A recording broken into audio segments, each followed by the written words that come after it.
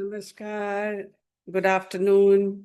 आज का दिन आपको बहुत सबको शुभ हो। और आज मैं एलोक्वेंट इंग्लिश एंटरप्राइज में एक बार फिर से जो मेरी बहनें या कुछ बच्चे जो इंग्लिश बोलने में हिचक महसूस करते हैं, हेजिटेट करते हैं, उनके लिए एक बहुत छोटा सा एक बिना प्रेजेंटेशन के आपसे कुछ बातें, कुछ इम्पोर्टेंट बातें शेयर करना चाहती हूँ।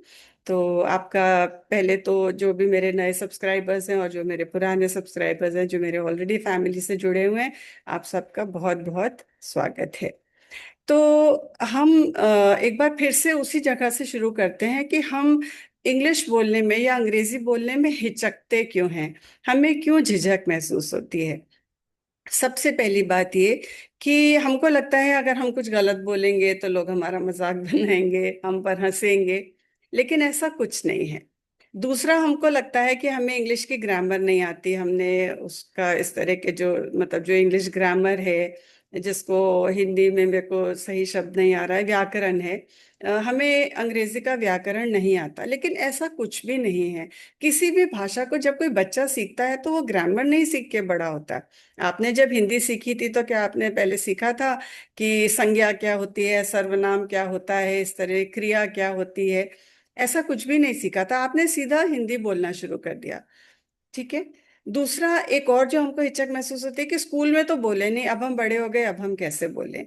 तो आपको ये चीज मैं बहुत अच्छे से समझा दूं कि इंग्लिश जो है वो कोई नॉलेज नहीं है, आपका ज्ञान नहीं है। ये तो एक भाषा है, एक स्किल है, जिसको आप किसी भी उम्र में डेवलप कर सकते हैं। मैं आपको दिखाना चाहती हूँ ये चीज, इंग्लिश में भी और हिंदी में भी मैं शेयर करूंगी आपके साथ। जो मैंने एक लिखा है आपके लिए कि इंग्लिश जो है, it's it's a skill and can be easily mastered. अंग्रेजी बोलना जो है ये एक स्किल है, और इसको हम बहुत आसानी से इसमें हम उसमें महारत हासिल कर सकते हैं। एक कौशल है, ये कोई ज्ञान नहीं है। अंग्रेजी बोलना केवल एक कौशल है, इसमें आप बहुत आसानी से और बहुत कम समय में कुशल भी हो सकते हैं। जैसे आप अगर किसी को कहें कि कोई बच्चा बोले मुझे साइकिल सीखनी है, आप उसको थ्योरी सिखा दीजिए, भाग के चढ़ो, पैडल करने लगो, बैलेंस करो। तो क्या बच्चा ऐसे सुनने से सीख जाएगा? नहीं सीखेगा।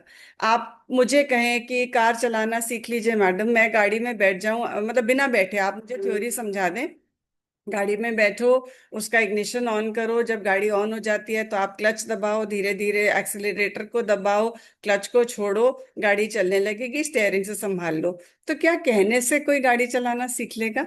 नहीं, आपको उसको बैठ के करना पड़ेगा। तो ये कोई ज्ञान नहीं है, ये एक कौशल है, ये एक स्किल है। आप इसको कभी भी सीख सकते हैं। ठीक है।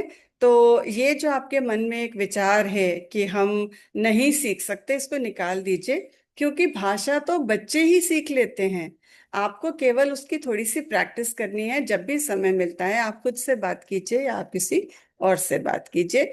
आप सुनिए दूसरों को बोलते हुए, जिससे आपको सही प्रोनाउंसिएशन आ जाए।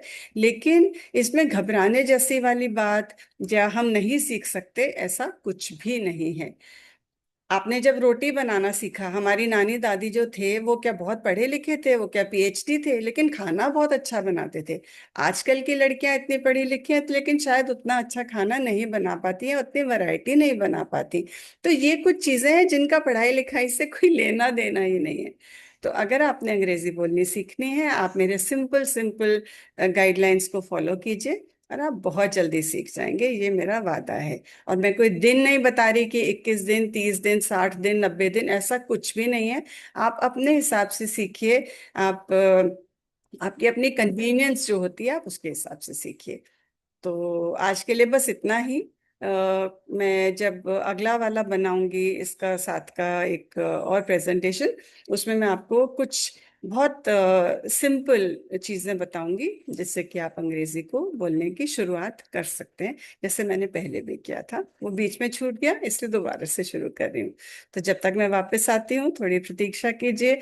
4-5 दिन बाद मैं फिर से एक नया प्रेजेंटेशन लेके आपके सम्मुख उपस्थित होंगी। तब तक के लिए नमस्कार। आपके सारे दिन शुभ हों, आप स्वस्थ रहें, सुखी रहें, खुश रहें। Bye bye.